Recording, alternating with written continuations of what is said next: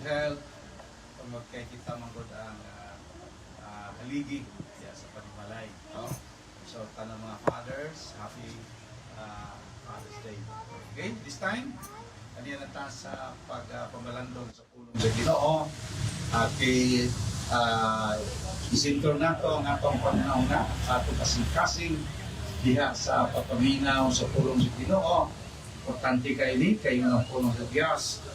Matthew 4:4, tao dili mabuhi sa tinapay lamang, apan sa nakatulong na magatula, gikan sa papa sa Diyos. Ngayon na sa pagpulong sa Ginoo sa Salmo 119, yes, 119, 105, Thy word is a lamp unto my feet and a light to our paths. So, ang pulong sa Ginoo, atong tagad-tagad, kung mo kininsulta sa atong mga tiil, o kahayag sa atong mga dalanon. Huwag paliyara sa Lucas 11:28, yan ang pulong sa Diyos, bulahan ka itong mga tao na nagapaminaw sa ato mga pulong. Okay, mag-atindog ta this time. Maglabas ta sa atong scripture reading na makita nato din sa Job 36 verse 11, yung ang pulong sa Ginoo. If be obedient, serve Him, pleasures. Be God of blessings upon the reading His holy word. Let us bow our head. Father God in heaven, thank you for this day, Father God, for gathering us together to worship you in spirit and in truth, as well as to meditate upon your words. Guide us by the power of Holy Spirit, Lord. Speak to us.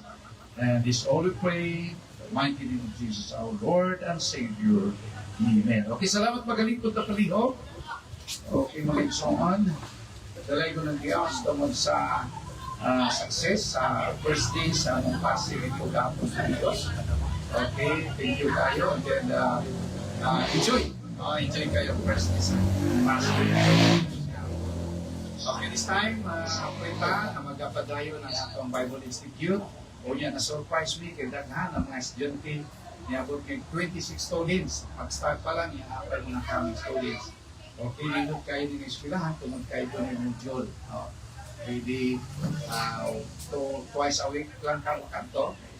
May mga module din na provide na atong eskwelahan, mga faculty members. Okay, this time mga igsoon, atong pagtaghan ng pulong sa Ginoo. Things to remember. Utang hangay nato pagkahinumduman o dili nato kalimtan sa atong journey of this life. So, muna butang tagkaan dyan nato ni o pagtagad o maayo. Kay salamat ta, we are still here. We are still alive. Ikang kusamo ko din siya. Sunod-sunod ang patay. First time na ko for 35 years in the ministry. Kuman ako servisyo sa Pikas. Invite na pong servisyo sa Pikas, no? So, tapad na. So, nahuman na mga alas 11 na. Okay. Duha ang atong servisyo in one night, no? So, ingan na ang journey sa life, mga igsoon. So, muna ang pulong sa Diyos, nag-remind sa ito ang adunay mga butang, kadili na ito kalimtan sa tanang kapatid. We are still alive. Yes, God give us, three tripartite being, body, soul, and spirit. So, meaning, doon na tayo soul, yes, mo lang atong panguna-una, mind, doon na tayo spirit, mo lang atong emotion, okay, doon na tayo body. So, kinahanglan ato yung tagad. So, maguna-una ta, kung sa kayo mission na po, sa kinabuhi, iba ang pangitabo sa aeroplano, nga doon na kahigulungan kayo nga nakaligtas. Naka-exit siya out of more than 200 passengers. Niya doon na to dahil tao nga nakita niya nga nag-save siya life. Siya kilakitsa. Kuwanan siya at pag-save. Kasi niya. Kita niyo, God is good. So doon na pa yung mission na to. So, muna yung hangin na to pagkahinumduman mga igsoon. Okay. Things to remember. Number one, know that God wants you to prosper. Mga butang na dili na to kalimtan, gusto sa Ginoo nga magmalampuson ta sa atong journey of this life. Muna ingon siya sa Jeremiah 29 verse 11. I know I have thoughts of plans toward you. thoughts of peace and success, and not of evil and unexpected things. Gusto sa Ginoo ang mga Kristohanon sa atong journey sa kinabuhi nato na ma-enjoy nato ang kalambusan diha sa Kristo Jesus. Yes, ingon siya sa John chapter 10 verse 10. Yes, I came to give you life more abundantly. Niyangi ko aron sa paghatag sa kinabuhi nga madagayaon ang kawatan manhi aron sa patuba. Pero ako mianhi ko, Jesus Christ came in this world to give us abundant life. So kinahanglan lang atong hinumduman mindset nato nga ang Dios nga atong kilagaran, gusto siya nga muuswag ta, gusto siya nga ma-enjoy nato ang atong kinabuhi, gusto sa Ginoo nga we have a good life while we are still here. Wala gusto sa Ginoo, pero doon na yung mga tao na hindi ko tuwa na sa gustuhan, di ba? Yes, wala nila di-acknowledge sa plano sa Ginoo. Mga igsoon, remember always, God wants you and me to prosper in this life. Mo na hinunduman ako. Then number 2, ang butang angay nato dili kalimtan, desire to prosper. Di mo mahapot na mag-asinso ka, mag-uswag imong kinabuhi, ma-improve imong kayo kung imong nga ingana na nagka-prevente. Magdumi mga musta, ay musta ka. Ang gihapon. Ayaw ko niya. Ang gihapon, yan ka dito, ang tulong ang gihapon. Ingnan ni guwapo na gitugmaayo. Ingnan nga ni uswag na tugmaayo. Di ba?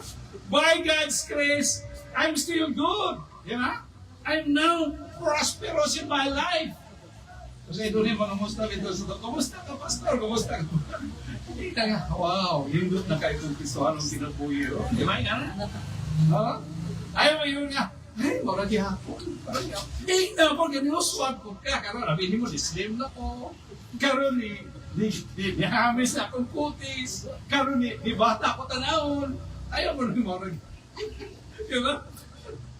Desire to prosper. Proverbs 13:12, ingon sa Ginoo, you must have that desire. Kailangan doon na kay pangangatinguha sa kasing-kasing nga muuswag ka sa inyong pinabuhi. Desire cometh, it is a tree of life. Sa dinaduna kay tinguha, ilabi na ko na imo na magkapot ang imong itinguha. Ingon sa pulong si Ginoo, bunga sa kahoy, kanindot mo sa tree of life. Sa kinabuhi. Ingon sa balang kasulatan sa Proverbs 13:19, yes, desire accomplished, it is sweet to the soul. Kung ang atong itinguha, ato na makapot, ato na mapatunan. Grabe. Diba? Ang mga pangandoy sa kinabuhi, sa atong pangalagan sa Ginoo, ayaw po tingong nanganta taga-politik sa kapon. Ayaw. Pangandoy po siya, pangandoy ta, na mo siya ang atong pangalagan sa Ginoo. Remember what God Christ had done on the cross. He gave us freedom. Gitagaan kanyang katawasan. Yes, if you shall know the truth, and in the truth shall make you free. John chapter 8:32. Gitagaan ka sa Ginoo sa freedom. Not only freedom from the bondage of sin, not only that He rescued us and delivered us in our spiritual aspect, but God wants us also to have financial freedom. Gusto ko sa Ginoo na mayahay punta sa kanan nato, Panginoon. Yes. Kung siya gisulti sa balang kasulatan, in 3 John chapter 3 verse 2, unsay pag-ampo ni John, I wish you above all things that thou mayest prosper. Ang iyang pag-ampo, ingon siya, ako nag-ampo, nagpakiluoy sa Ginoo, nga kitang tanan, muuswag, labi na sa maayo na pagkawas. Pag gusto, desire. So mga igsoon, hindi pwede nga di ka mag-desire. Ano ito ito? Ingon sa Proverbs 29 verse 18, my people are destroyed because they are lack of vision for example. Kung mag-antos ka, mag-isok ka, ikaw na po ang inyong life. Kaya wakay paglantaw na kanto, wakay pag-desire. Mga igsoon, if we have a desire in our hearts, and I said, by the word of God, we are already blessed. Kaya ang Ginoo, hindi mo makyas sa ato mga desire. Proverbs 10:24, the desire of the righteous shall be granted. Proverbs, Psalms 37 verse 4, delight thyself in the Lord, and He shall give thee the desires of thy heart. Ang desire na mo, gusto ka na. Ano na kayo sa kinapilagan? Gusto ka na kayo sariling kampanya? Granted na. Psalms 84 verse 11, the Lord our God that we serve is our sun and shield, and no good things that He will hold upon the righteous. He will give grace and glory. He will give the desire of our hearts. Wala siya pugnan na maayong butang. Galang mo ito, I said, by the words of God, by the power of God, we are so blessed. Ang power, Jesus, usa na ka sa pinakadulahan. Kaya na itong desires. Granted by our Almighty. We are already prosperous spiritually, and soon as possible, our financial freedom. Promise na sa Ginoo, dili kita nagkuha na. That is the promise of God. 1 Kings chapter 8, 56, yun ang pulong sa Diyos, wala ko'y isaan kanino. Bisag isa lang na mapaktas niya. What the Word of God is saying to us, it will be happening in time. Yes, Isaiah 60:22, when the right time shall come, God will be. Kung sa mga igsoon desire. Number 3, at hindi nato kalimutan, things that we need to remember. Number 1, we need to know God wants us to prosper. Number 2, desire to prosper. Number 3, use God's system to prosper. Gamita, i-apply ang sistema sa Ginoo aron ka mo sinso. Ang pangutana, what is God's system to prosper? Yes! Luke chapter 6, 38. Give and you shall be given. Ayaw pag ginalo diya sa bulwaton sa Ginoo. Kaya doon na ito maabi ka na ito. Doon na kay income, no? Naon sa ihatag mo sa Ginoo from your hearts. Kung sa ihatag mo sa pulong sa Ginoo, sobra pa diya ang ibalik sa Ginoo sa inyo. Luke chapter 6, verse 13. Gusto ta mo asinso, gusto ta ma-bless sa Ginoo pag ayaw mo happy ang atong life.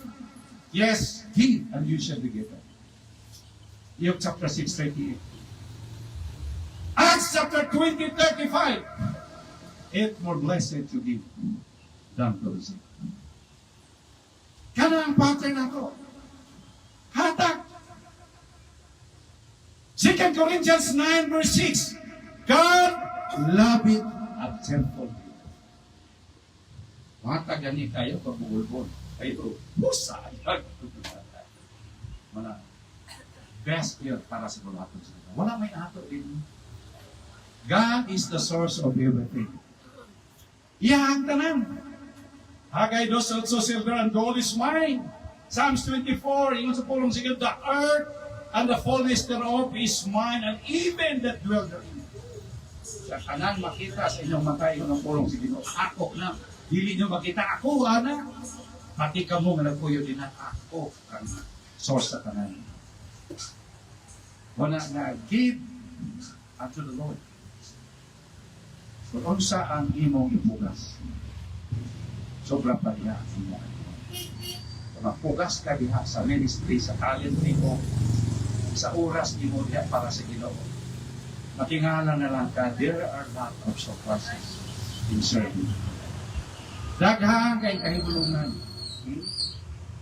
Yes, daghang kay kahibulungan. Psalm 103, verse 3 sa Ginoo.